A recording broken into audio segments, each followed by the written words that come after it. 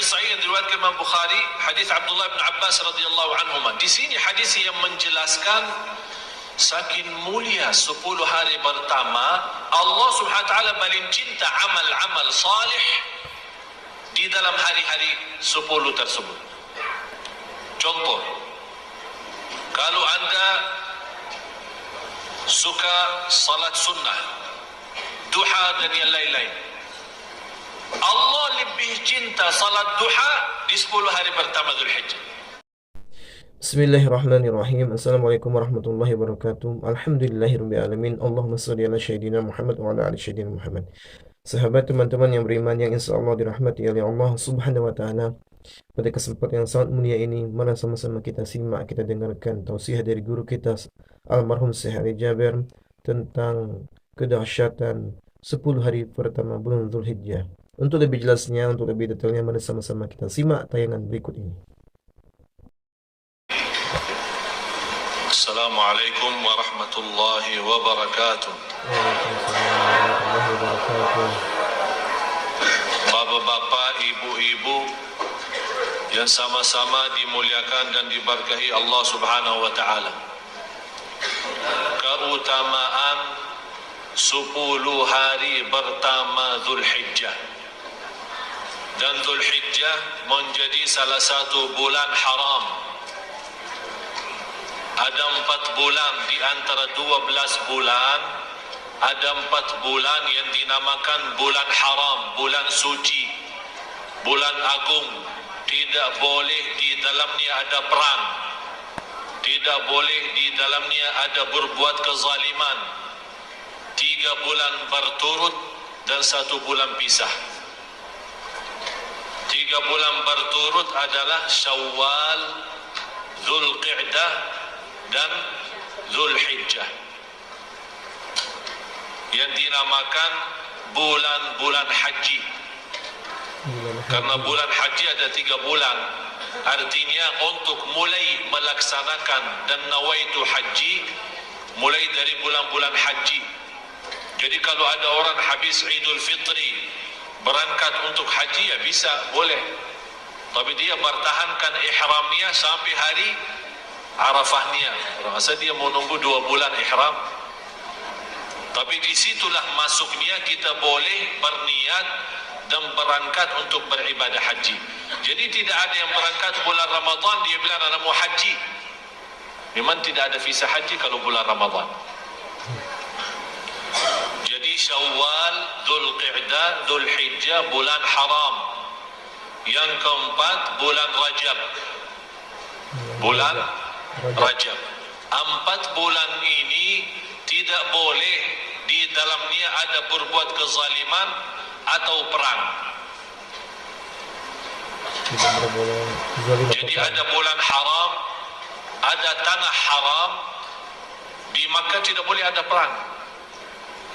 Dan kejadian peristiwa perang waktu tahun Fatah Makkah, tahun 8 Hijriyah, itu Allah mengizinkan Rasulullah SAW untuk berperang hanya di waktu yang sementara. Habis itu kembali lagi Makkah dan tanah suci dan haram.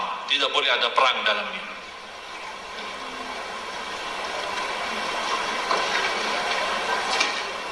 Dan bulan Zulhijjah ini menjadi bulan yang terakhir di tahun Hijriyah. Kalau bulan Masihiyah tahun akhir bulan 12 Desember. Kalau bulan tahun Hijriyah adalah Zulhijjah. Berarti kalau sudah masuknya Muharram itu namanya tahun baru Hijriyah. Di 10 hari pertama sangat utama untuk beramal saleh. Sampai Allah sendiri bersumpah dalam 10 hari pertama Zulhijjah itu, sebagaimana firman Allah, wal fajri wa layalin ashr. Walaupun ada berbeda pendapat antara ulama, penjelasan wa layalin ashr, malam-malam yang 10, sebagian ahli tafsir menjelaskan yang dimaksud adalah 10 malam akhir Ramadan. Tapi sebagian besar dari ahli tafsir Yang dimaksud adalah 10 pertama bulan Dzulhijjah, sebagaimana penjelasan Imam Ibnu Katsir rahimahullah.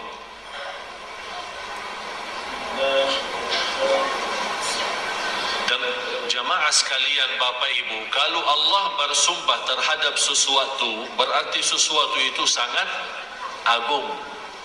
Wasyamsi wa duhaha wal fajri wa layalin ashr wasyaf'i wal watr, itu namanya sumpah. Allah bersumpah, wal laili idza yaghsha wad duha wat tini waz zaitun. Ini semua namanya Allah bersumpah. Jadi kalau Allah bersumpah terhadap sesuatu, berarti sesuatu itu sangat agung. Di antaranya walayalin ashr, sebagaimana di surat Al-Fajr. Tapi tidak boleh bagi manusia bersumpah dengan selain nama Allah. Jadi tidak boleh bersumpah demi nama Nabi Muhammad, demi Ka'bah. Ka'bah itu menjadi apa, kalau boleh diistilahkan sebagai makhluk, batu. Tapi kita boleh bilang warabbil Ka'bah, bersumpah siapa Tuhan Ka'bah itu, dan siapa yang memiliki Ka'bah itu adalah Allah Subhanahu wa ta'ala. Tapi kalau Allah boleh dan berhak untuk bersumpah dengan apa saja di antara makhluknya. Dan hadis ini menjelaskan yang diriwayatkan Imam Bukhari, hadis Abdullah bin Abbas. Anda bisa lihat langsung. Ini hadis sahih yang diriwayatkan Imam Bukhari, hadis Abdullah bin Abbas radhiyallahu anhu. Di sini hadis yang menjelaskan saking mulia 10 hari pertama, Allah Subhanahu wa taala paling cinta amal-amal salih di dalam hari-hari 10 tersebut. Contoh, kalau Anda suka salat sunnah, duha dan yang lain-lain, Allah lebih cinta salat duha di 10 hari pertama Dzulhijjah. Jauh lebih besar pahalanya. Yang saya ambil hikmahnya, wallahu a'lam, khusus bagi jamaah yang tidak berhaji, Allah memberikan kesempatan supaya bisa mendapatkan nilai ibadah haji walaupun tidak mampu berhaji. Oleh karena itu Allah jadikan 10 hari pertama sangat agung dan mulia, bukan hanya untuk jamaah haji, tapi juga boleh selain jamaah haji. Rasulullah sallallahu alaihi wasallam bersabda, "Ma min ayyamin al-'amalu as-salihu fiha ahabbu ila Allah min hadhihi al-'ashr." Sampai dijelaskan, tidak ada hari-hari yang di dalamnya amal salih yang paling dicintai Allah hanya di 10 hari pertama. Saking mulia jamaah sekalian, Bapak Ibu, saking mulia 10 hari pertama, muncul berbeda pendapat antara ulama, mana yang lebih afdal? Apakah 10 malam terakhir Ramadan atau 10 pertama Dzulhijjah? Ini merubah tanda apa? Saking ada perbedaan pendapat, berarti betul-betul 10 hari pertama itu jelas mulia. Masya Allah. Sampai tidak ada sepakat antara ulama 10 Ramadan terakhir adalah lebih baik daripada 10 pertama Dzulhijjah. Belum disepakati, masih berbeda pendapat. Saking ini punya kemuliaan dan juga ini punya kemuliaan. Dan salah satu hadis ini yang diriwayatkan Imam Bukhari, tidak ada amal salih di selain 10 hari pertama yang paling dicintai Allah sebagaimana di 10 hari Dzulhijjah itu. Sampai ada sahabat kaget mendengar berita gembira. Apa kewajiban dan yang kita memerlukan untuk melaksanakan amal salih? Banyak amal-amal salih yang kita bisa lakukan selama 10 hari pertama, mulai dari hari ini. Di antara amal-amal yang salih yang perlu kita jaga dan kita amalkan khusus untuk jemaah haji, memang yang terbaik di 10 hari pertama untuk bulan Dzulhijjah untuk laksanakan umrah dan haji.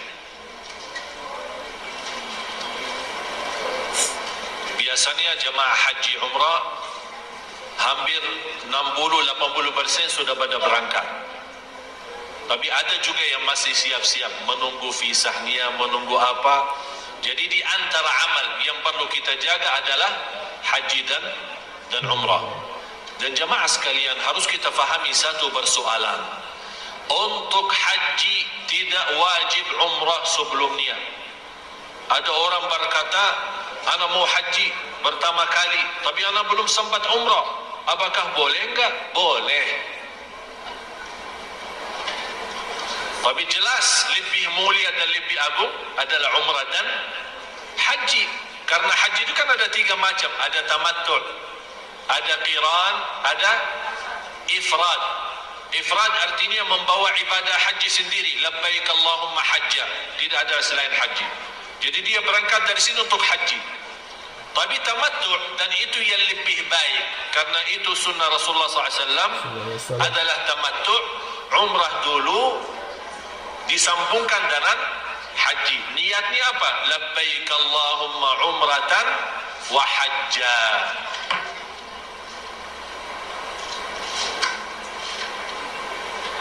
Dan di sini dijelaskan di hadis yang sahih.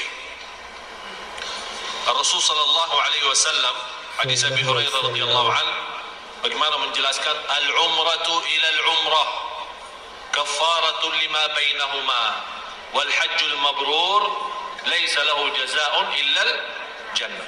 Hadis sahih diriwayatkan Imam Bukhari dan Muslim. Kira-kira jelas tayangannya, bisa dibaca. Antara umrah dan umrah kesempatan untuk menghapus dosa. Antara umrah dan umrah kesempatan untuk menghapus dosa. Dan ini juga salah satu dalil dasar membolehkan kita ambil umrah sesudah umrah.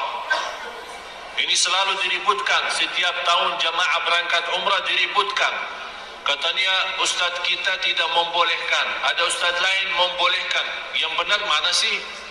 Bingung. Jadi dia habis selesai umrah, dia ingin mau umrah lagi, mau balik ke At-Tan'im atau ke Ju'rana atau ke mana, keluar batas Masjidul Haram, kemudian ambil umrah lagi, nawaitu umrah, ihram lagi, kemudian masuk lagi. Padahal baru pagi hari dia umrah atau siang hari umrah, dia ingin malam hari juga umrah lagi.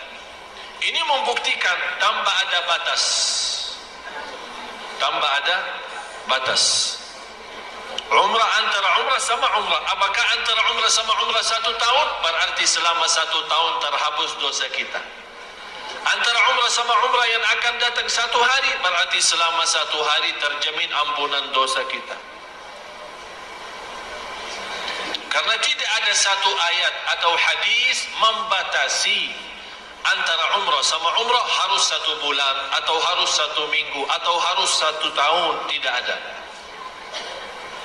Apalagi bagi jamaah yang jauh semacam jamaah Indonesia. Sayang, dia tidak tahu kapan sempat lagi. Jadi dia datang hanya 4 hari atau 8 hari di Makkah. Silahkan mau setiap hari 10 kali umrah, mampu silahkan. Kesempatan. Kita belum tahu, bisa pulang ke negeri ini tidak sempat lagi umrah atau lihat tanah suci lagi. Oleh kerana itu manfaatkan daripada belanja, berkeliling tawaf Safa Marwah di pasar, di mall. Safa Marwah antara mall sama mall. Dia salah hitungkan berapa tawafnya, salah hitungkan berapa Safa Marwah, tapi tidak pernah salah hitungkan berapa mall yang dia lewatin dan dia belanja. Jadi kesempatan daripada belanja takwa, belanja hidayah, belanja ampunan, belanja ridha Allah, berumrah berkali-kali. Karena ini kesempatan. Wal hajjul mabrur laisa lahu jazaa'un illa al-jannah. Haji yang mabrur, saking mulia haji mabrur, tidak ada balasan selain surga. Yang paling nikmat haji mabrur jalan kaki. Itu paling nikmat. Jadi semua pernah kita dengan keluarga, adik saya Muhammad dengan istrinya, saya sama ibu saya, ada adik sama ayah saya, selama kita berhaji antara Safa, Marwah, kemudian Arafah, Mina, Muzdalifah, tidak pakai mobil sama sekali. Jalan kaki, pagi, siang, malam, sore, pokoknya jalan kaki. Begitu kita capek, kita bawa kemah. Tahu kemah, model kemah kecil, tinggal pasang, udah istirahat, makan terus lagi. Tapi nikmat. Tapi sekarang orang-orang mau umrah tapi dengan VIP, biar tidak capek. Yang penting asinnya, makanan, apalagi di Arafah paling diributkan. Nanti kita akan masuk bahasan Arafah. Jadi amalan yang utama untuk dilaksanakan di 10 hari pertama adalah umrah dan haji. Terus di antara amal-amal lain selain haji umrah adalah puasa. Berpuasa menjadi salah satu amalan yang indah. Oleh kerana itu disebut di hadis yang qudsi, as-sawmu li wa ana ajzi bih. Puasa itu untukku. Kenapa di sini ibadah puasa khususnya dinamakan puasa itu untukku, kata Allah. Ini hadis qudsi. Kenapa hanya ibadah puasa yang disebut untukku? Padahal semua ibadah sebenarnya, qul inna salati wa nusuki wa mahyaya wa mamati lillahi rabbil alamin. Karena rahasia puasa beda sama ibadah-ibadah yang lain. Salat bisa jadi riya. Haji, umrah, bacaan Quran, bersedekah, walaupun kita berusaha ikhlas, menjaga ikhlas, tapi ada namanya bisikan-bisikan syaitan berusaha menjadi amal kita riya. Kecuali puasa. Orang pun walaupun kita bohong, kita berkata berpuasa, tak ada yang tahu kita puasa enggak. Bisa sambil wudu, terus minum. Dan di sebelah kita dia fikir kita, tapi separuhnya buang, separuhnya minum. Bisa jadi. Oleh karena itu Allah rahasiakan pahalanya. Semua amal salih dibalas oleh Allah 10 kali lipat, kecuali puasa. Sampai kata ulama, batasnya tidak ada yang tahu. Kembali kepada murni ikhlas kita. Oleh kerana itu kesempatan untuk kita mengisi 10 hari pertama, di antara lain, kalau kita tidak sempat tahun ini haji umrah, alhamdulillah ada kesempatan kita mengisi berpuasa. Mulai dari hari pertama, sebenarnya mulai hari ini. Kalau tidak sempat, belum tahu, belum isbat, belum ada info, boleh mulai besok. Nawaitunya apa? Karena puasa hari Arafah adalah puasa sunnah, berarti boleh 2 in 1. Tahu 2 in 1? Puasa hari Arafah, puasa hari 10 pertama Zulhijjah plus hari Kamis. Jadi nawaitunya 2. Itu namanya 2 in 1. Alhamdulillah plus boleh ya. Tidak boleh digabungkan ibadah wajib dengan niat lain. Misal, contoh, saya ada salat subuh, tapi begitu saya mau salat subuh, saya ingat ada subuh kemarin, ketiduran terus lupa. Udah, ya Allah, nawaitu subuh hari ini plus yang kemarin. Itu dah bisa. Itu ibadah wajib. Kalau wajib tidak boleh digabung. Tapi contoh, saya begitu masuk masjid jam 11, habis saya wudu, dan ada kebetulan ada acara. Kalau saya mau laksanakan sunnah wudu, tahiyatul masjid, kemudian sunnah duha, habis waktu. Dan acara orang pada tunggu. Apalagi orang itu ustaz atau orang yang membawa acara. Udah masuk, nawaitu 3 in 1. Duha, tahiyatul masjid, sunnah wudu, 3 in 1. Udah, bismillah, Allahu Akbar, salat. Semuanya terhitung dapat 3-3-nya. Nawaitunya bagaimana? Kalau ada yang mudah, jangan cari yang susah. Kalau ada yang mudah, jangan cari. Nawaitunya sudah di dalam hati, duha, qabliyah, tahiyatul masjid, kemudian sunnah wudu. Dah usah nawaitu an usalli duha, sunnatul wudu, kemudian tahiyatul masjid di Masjid Agung Sunda Kelapa.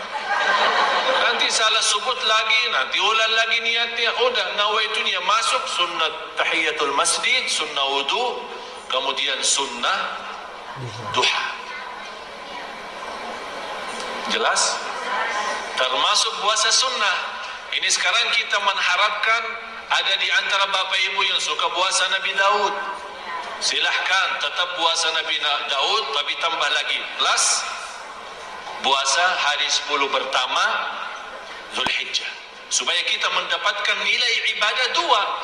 Ibadah puasa Daud, ibadah puasa hari Kamis, ibadah puasa keutamaan Zulhijjah ini.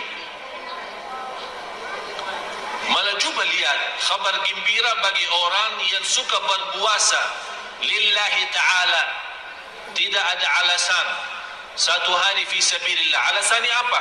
Kalau ditanya, oh saya puasa hari ini karena Kamis, itu berarti ada alasan.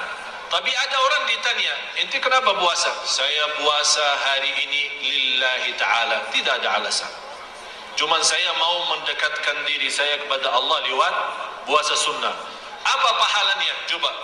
Rasulullah sallallahu alaihi wasallam bersabda, "Ma min 'abdin yasumu yawman fi sabilillah illa ba'ada Allahu anhu an-nar 70 kharifah." Tidak ada yang puasa satu hari karena Allah, tidak ada alasan karena sunnah atau yang lain, lillahi ta'ala, murni, akan dapat dijauhkan oleh Allah dari neraka Jahannam 70 tahun. Ini baru satu hari. Hadis ini sahih, muttafaqun alaih. Dan harus fahami Bapak Ibu, dalam ilmu hadis ada dua kata. Ya, tolong perhatian, ada dua kata. Kalau disebut as-sahih, itu maksudnya Imam Bukhari. Itu maksudnya Imam Bukhari, as-sahih. Ada satu lagi yang disebut as-sahihain. Dua sahih, maksudnya Bukhari dan Muslim. Ada disebut muttafaqun alaih. Muttafaqun, maksudnya muttafaqun alaih apa? Di bawah Imam Bukhari dan Muslim terutama, dan lafaz di Bukhari dan Muslim sama, tidak ada beda. Tapi kalau ada beda lafaz, disebut Bukhari dan Muslim. Faham? Jadi hadis ini yang muttafaqun alaih, orang yang puasa satu hari mendapatkan balasan oleh Allah Subhanahu wa taala, dijauhkan dari neraka Jahannam 70 tahun. Oleh karena itu Bapak Ibu, kesempatan di 10 hari pertama jangan sia-sia berpuasa. Mau berturut-turut boleh, tidak sanggup setiap hari, mau giliran boleh, mau satu hari pun boleh. Tapi sayang sekali kalau sudah lewat kesempatan ini kita tidak memanfaatkan.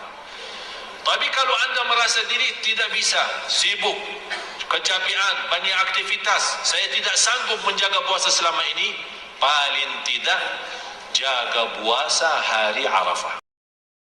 Alhamdulillahirrabbilalamin. Sahabat yang beriman, itulah tadi ilmu yang disampaikan oleh guru kita. Mudah-mudahan bermanfaat, mudah-mudahan kita dapat istiqomah, mudah-mudahan kita dapat mengerjakan rangkaian ibadah, terutama di 10 hari pertama di bulan Zulhijjah, karena dahsyat, karena manfaatnya sangat luar biasa, karena pahalanya sangat besar seperti kita berhaji.